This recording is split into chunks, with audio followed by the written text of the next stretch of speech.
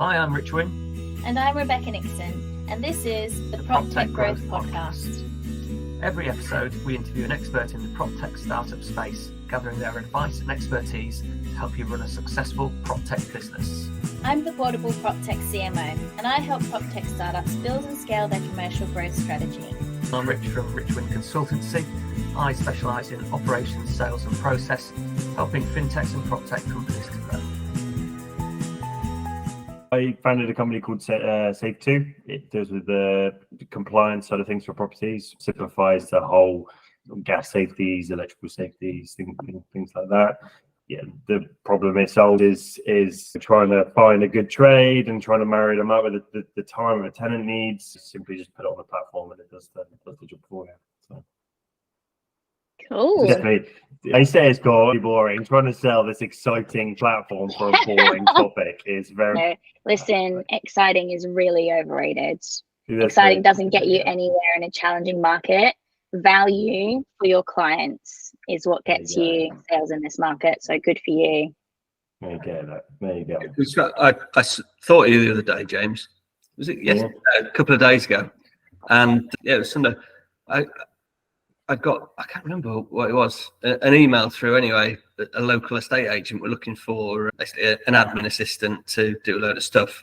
And one of the things on there was make sure that all the properties have up-to-date gas safety certificates and that sort of stuff. And I'm like, PropTech that does that. And then the next section, PropTech that does that. Next section, yeah, you've got PropTech that does that. And it's just, and these are quite big estate agents in our area. And I was just like, how do they not know about this stuff? I'm going to go and have a chat to them because they were paying like 24 grand or something like that for this person. I'm just like, you're mad. Like literally, there are so many things and there's so many of these people are integrated anyway. Like it's just keeping in touch with the landlord and stuff like that was one of their tasks. It's like you just automate that easily. It's mad. It's just changing their whole process and just trying to change their mindset of their routine of just how it's been for the last decade.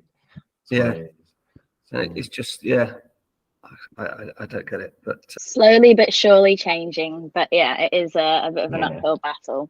They need to sort out their marketing efforts, don't they, Rebecca, really? That's what it is. It's funny to say that because I had a conversation with somebody who works with agents, and a lot of the marketing work I do is to agents. Because I work in PropTech and loads of these solutions are built for agents.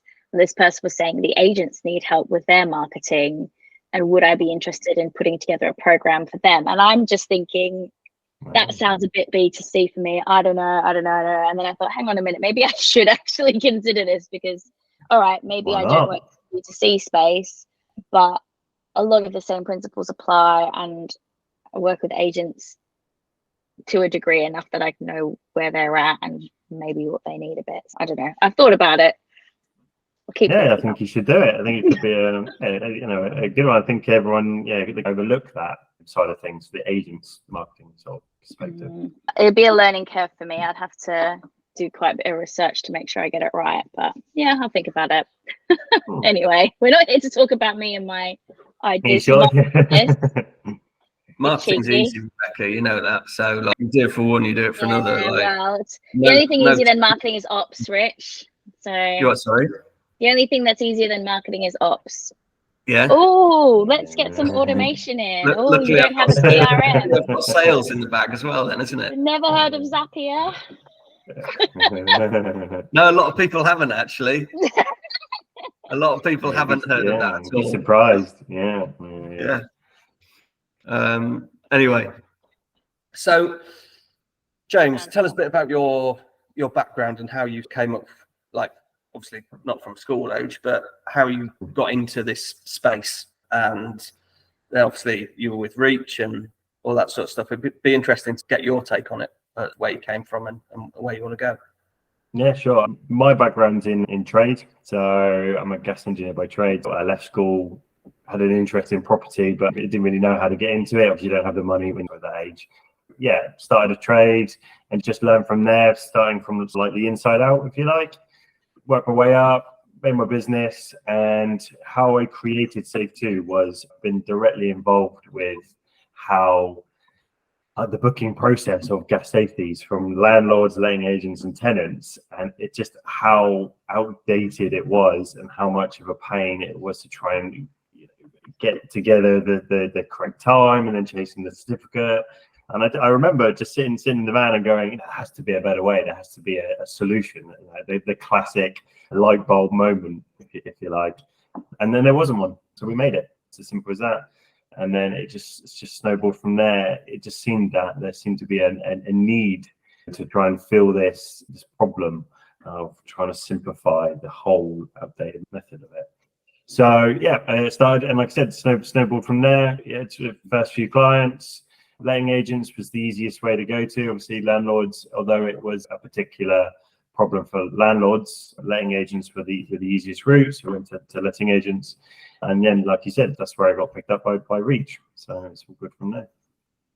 Excellent. And so since Reach, how's everything gone? Has it been a good thing for you, a bad thing for you? How's it all gone? So Reach, for me, Reach was phenomenal. It opened some doors that I would never been opened if I wasn't part of the program, and also put me in a room with people that I wouldn't have ever been able to get into that room.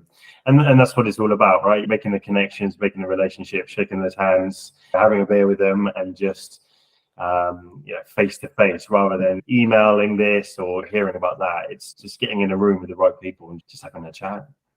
Yeah.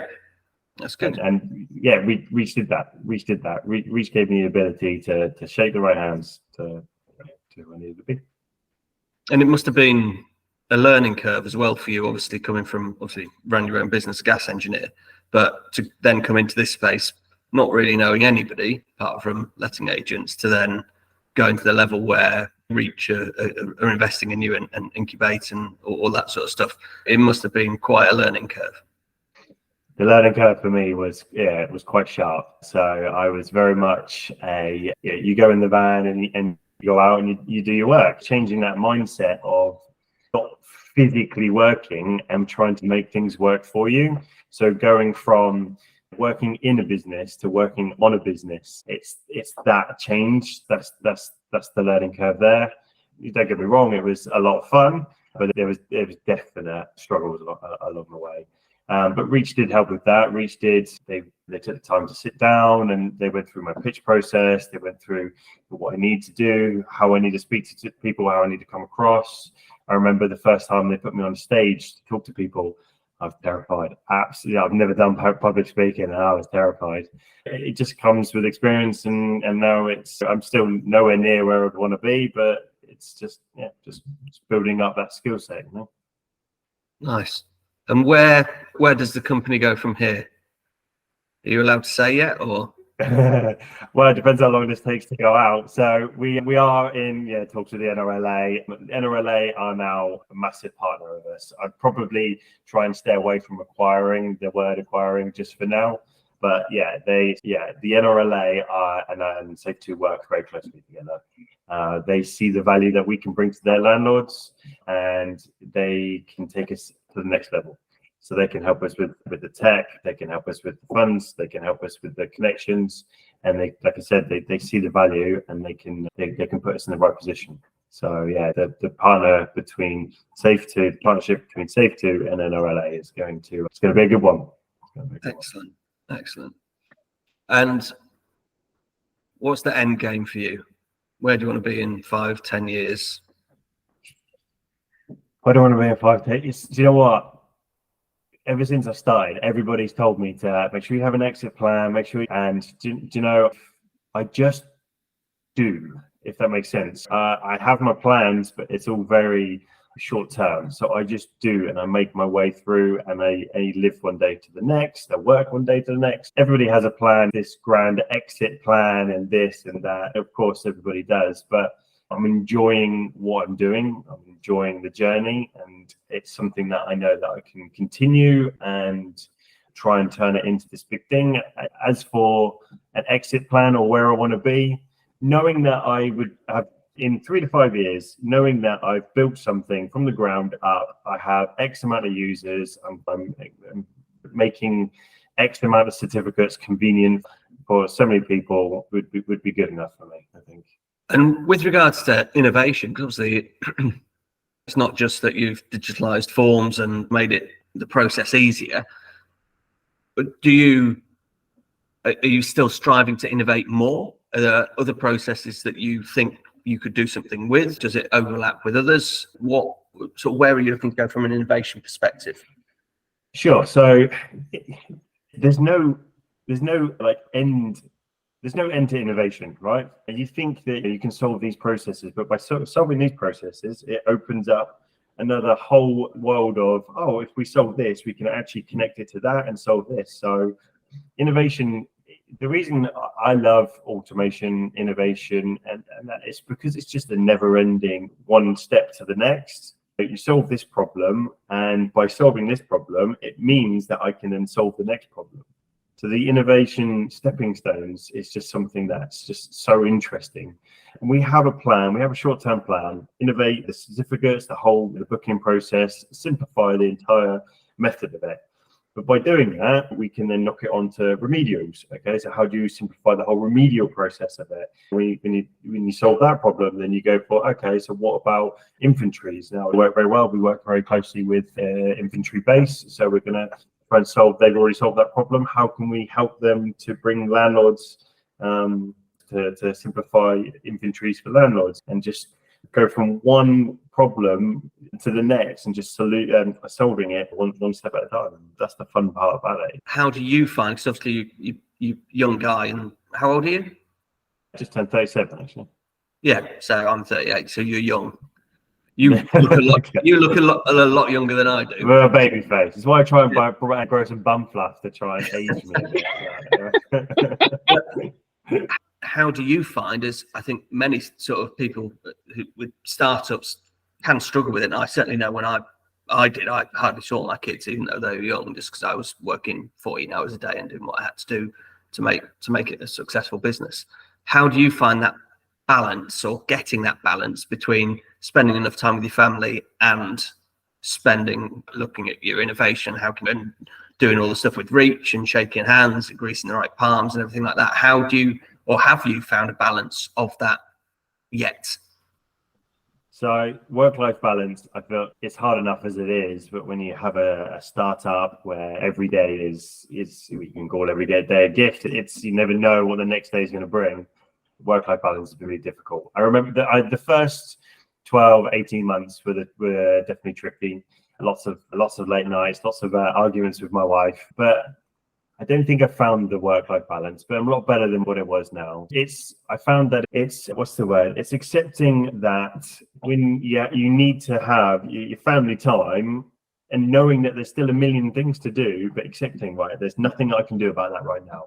Accepting that 2 hours, 3 hours, whatever it is, I'm going to concentrate on the family. I'm not going to worry about the work, and then switch it. Okay, guys, I now need to go into the office. I need to do a bit of work, and having that stage I found very stressful, spending time with the family, spending time with the boys, but you have this little knot in your stomach knowing that I've got all this stuff to do and I've got to get it done, and you're very distracted. So you half-ass your family life, and then you half-ass your work life as well, because then you feel guilty that you're not downstairs or with the boys or your family. It is tricky. Partnership with my wife has been pretty key. So she knows that when I have to work, like I go away a lot more than I ever did. As a tradie, you go home, you go to work and you come home. There's times that I have to spend the night away or go away for a couple of days. I tell my wife I am working. Honestly, it's not just a jolly, but it means that she has that added pressure of looking after the boys, taking them to school, picking them up from school, and she works as well. So, but it's having that the team that I can rely on her to do that, knowing that everything's okay. I can do what I need to do for work, and then I can come back and then help that support. So that support with the wife has been key for sure. But it's just knowing that, accepting that I'm not going to be able to do anything right now. Spend the time with the boys. I'm going to have my dinner with the boys. I'm put the boys in their bath, put them in the bed, and you just have to pick up the laptop again late at night. You just have to accept that. 8 o'clock, you can sit down again. You can open that laptop and you can work for a couple of hours. It's just how it is. And I don't think that will change for a little while.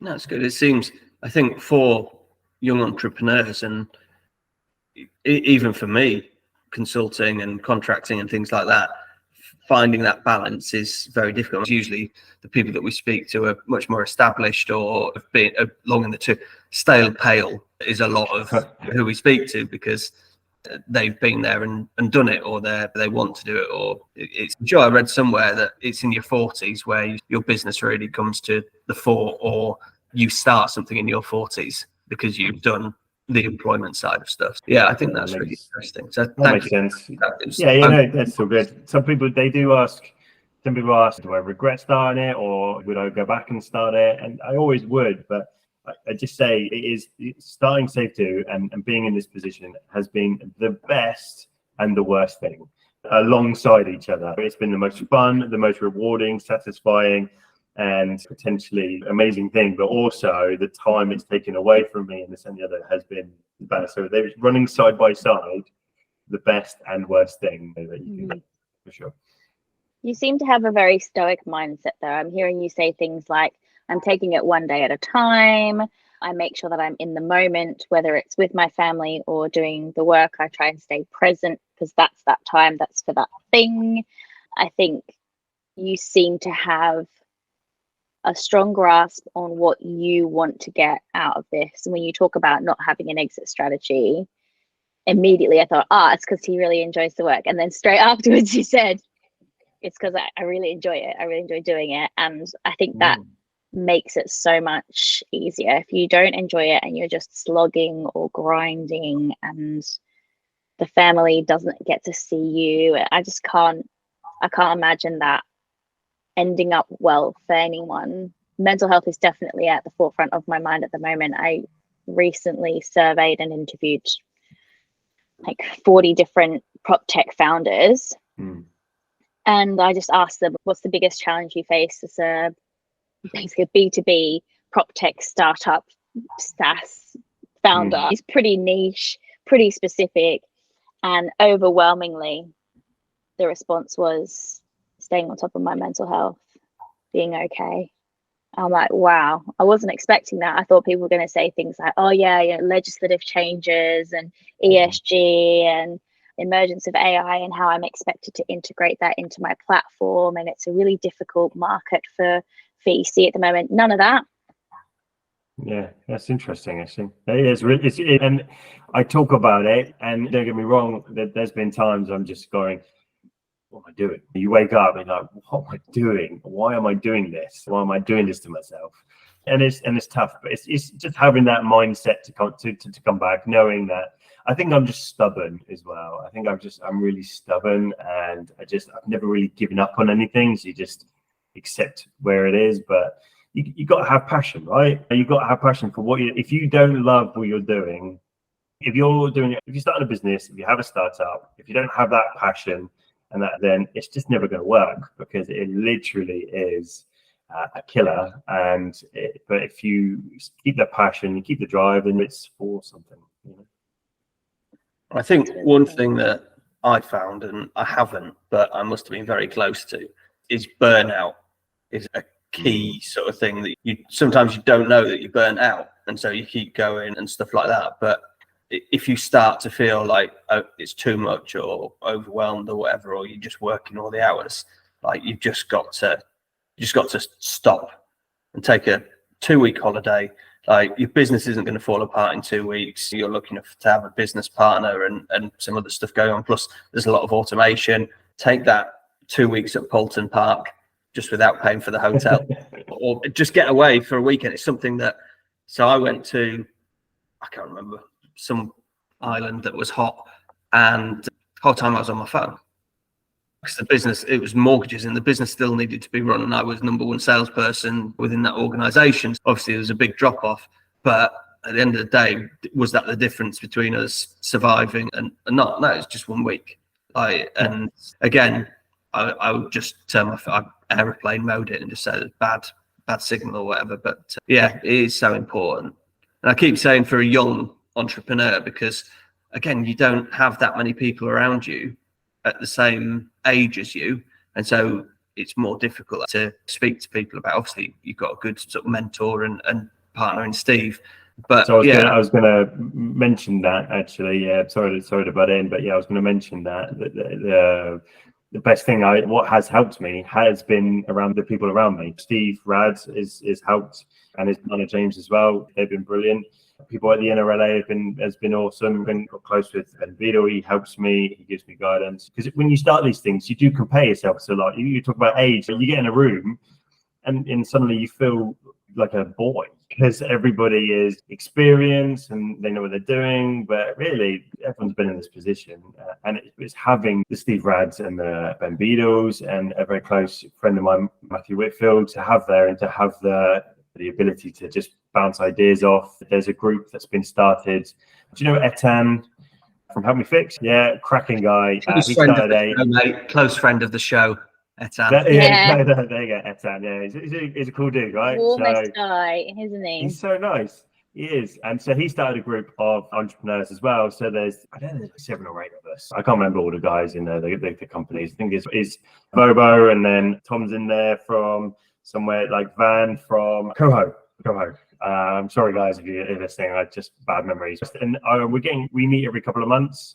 And it's been really invaluable to not go, oh, look, we're doing so good. My business is this and my business is that, and we're really good and really strong. It's to sit down and go, how shit has it been this week? How bad is it for you? And we can just bounce ideas off of each other and just lean on each other a little bit. And that's been quite valuable, actually. We get a lot from that. So that's been quite good to be a part of.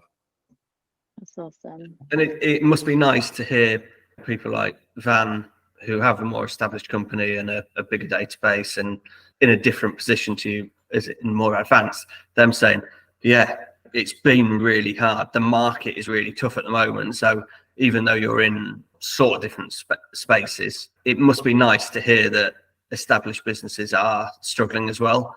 And that's what I'm hearing at the moment, from especially in the consultant area. The new business is limited because either people are waiting for funding, which arguably at the moment not right, not going to get, or it's just it's, and I think it's evolve or die even in that industry. Rebecca's come up with Pitch Perfect, and that's been really successful. And I think you do have to keep looking to innovate as an entrepreneur, whatever sector that you're in. For me, I struggle with being called an entrepreneur. Always have. Like even when I run my own fintech, it's imposter syndrome or whatever. I always think of entrepreneurs as people that have done it and are successful and have made it, rather than people just like starting a business self-employed and doing it from there. But actually, it's quite a big thing, and it's something to be applauded. Yeah, I think I do think that entrepreneurs now I think it's changed, again, before all of this, 10 years ago, if somebody said, oh, I'm an entrepreneur, I would have said, so you're unemployed then. It's not, even, now it's different. And I don't like calling myself an entrepreneur, for sure. It feels a little bit pompous maybe, but but technically, we're entrepreneurs. And I think it just means a little bit different now, for sure. But to go back from what you were saying as well, and you think all these problems are unique to you, when you find out that actually they're not, and everyone's going through exactly the same thing, that it's really nice. Like we talk about mental health, everybody's going through the same thing. You talk about how am I going to be able to afford wages this month? And then you hear that the guy that's got his £2-3 million turnover business is actually exactly the same position than you, worrying about wages, and you think, oh, okay, blimey, so it's not just me. That helps as well. How many people do you employ? 4. There's only 4 of us, so we're a very small company. We're a very lean company. So that's the whole point: is automation, innovation, and the whole process. And the platform that we built is our best employee. That's the one that will talk to the tenants. That's the one that talks to the landlords or the letting agents and the trades. The platform does, the goal is 80% of the jobs that we do, we don't touch. That's the whole point. We're not supposed to touch it. It's the 20% that will always need some sort of manual input. But 80% of it, the job will be ordered, the tenant will put the dates in, then the trade will accept it, and then upload the certificate. It's just a, revolving door. That's really cool. I love that idea. I think so many startups would benefit from just taking that simple piece of advice. It's one of those nuggets of wisdom. Okay, can you automate 80% of this? Can you build 80% of this into your product so that you're just doing 20% of the work as people with your human intervention? Because in terms of scalability as well for your business, it's got to be a big winner. Yeah, for scalability, absolutely. And the best thing you can do for your business is to make yourself redundant. That's the game, isn't it? That's the goal, to be able to go on these holidays and to do what you need to do. You need to make sure that you are not an integral part of that business. You need to make sure you're redundant for this business to thrive, right? Otherwise, it's just you're the business. That's not how it should be. I think, is it the lean startup where Yeah. that guy is just, my businesses were so much better than without me. But again, I think with that, you have to have the right team or the right people around you to be able to do that, or trust the team enough, because ultimately it's still your business and you still need that money to be able to live. So yeah, I think that's good. And I think the lean philosophy is so key to making it work, because I speak to, as sure you do, Rebecca, so many PropTechs and fintechs, and they're like, yeah, we've got this amount of staff. And I'm just thinking, why? Like, why have you got that many? You don't need them. You're like, you're spending 40 grand a month on or whatever the equivalent of that is. And then you've got 5 sales staff. You don't, but your MRR is 2 grand. What are you doing? Like, I know. It's easy to sit here and say, and obviously when you're in the moment, or if you've never done it before, it is key. And that was one of my issues when I had hooched, is that I think we had 16 employees at one point. We probably needed 5, 6, but you get caught up in the moment. And I think that's the issue, as you try and scale.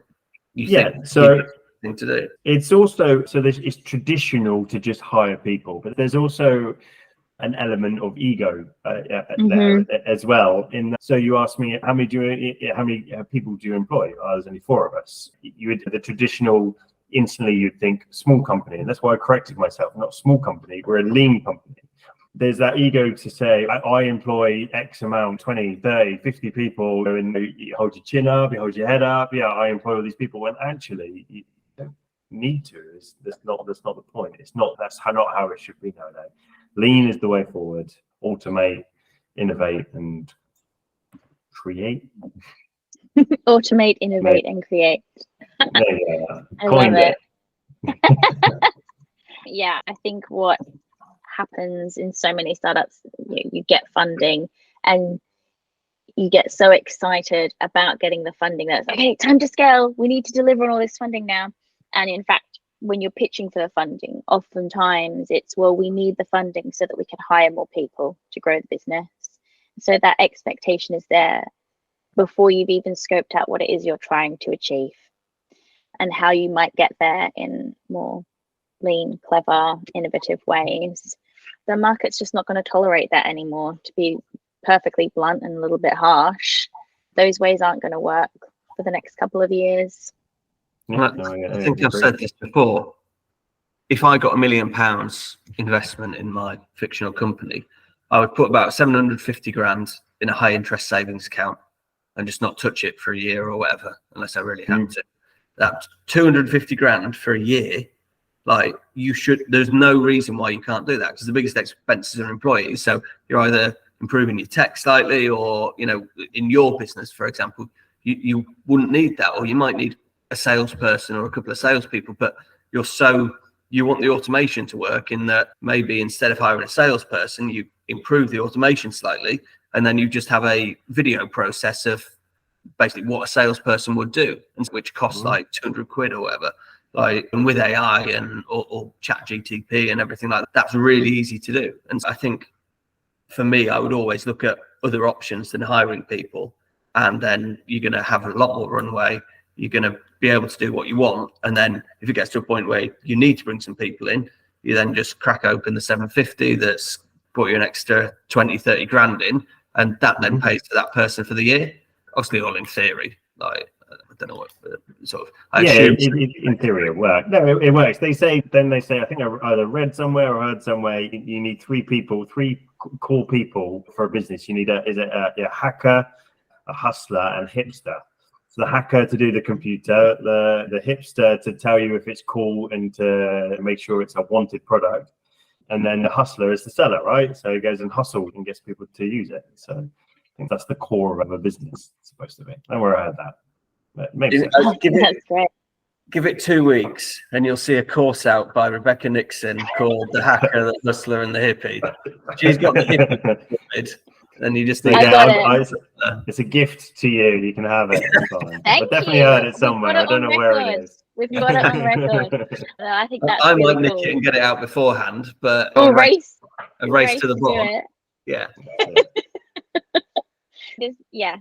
Podcasting and talking to people is just such a great way to get incredible ideas, and I've had so much value out of these sorts of conversations, and they are evident in what I produce, and I hope that people feel respected and flattered by that, rather than like I've stolen their ideas and their IP. It's, hey, I learned something really cool from you and I've integrated it into what I teach other people. It's really cool. So I'd really love to talk a little bit about growth metrics for your business. I know we talked about like lots of far more interesting things, but I have to have my nerd moment. So can you talk to me a bit about how you measure success in the business and how you go about moving the needle as a founder? Yeah, success for us is not only, I mentioned before about automation, but it's also about the certificates that we measure our certificates every month. So how many we completed, how many have uploaded, how many were that automated start to finish, how many did we have to come into. So in terms of the metrics that we measure, we definitely go for the certificates per year. A couple of years ago, we were doing 200-300 a month, something like that. But now we're like 3,000-4,000 a month. It's different on there. It's also about integrations, partnerships, things like that. So making sure we're not counting the number of accounts. So we would rather do tens and tens of thousands of certificates for the few numbers, the bigger clients, like the NRLA, for example. We're going to be doing their certificates. So they're going to be giving us access to all their members, which is going to be brilliant. But yeah, it's just about just keeping on top of it.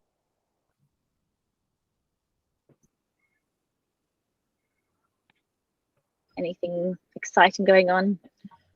Yeah, I mentioned about the NRLA, so definitely the NRLA, that the close partnership we have with there is definitely something that is going to be exciting.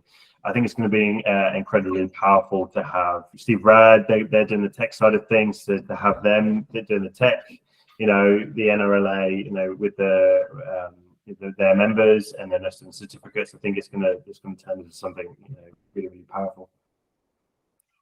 Awesome. Yeah, that's brilliant. Thank you for your time, James. Good fun. Thanks for joining us on the PropTech Growth Podcast. To learn more, you can find us on LinkedIn or email proptechpodcast@icloud.com. See you next time.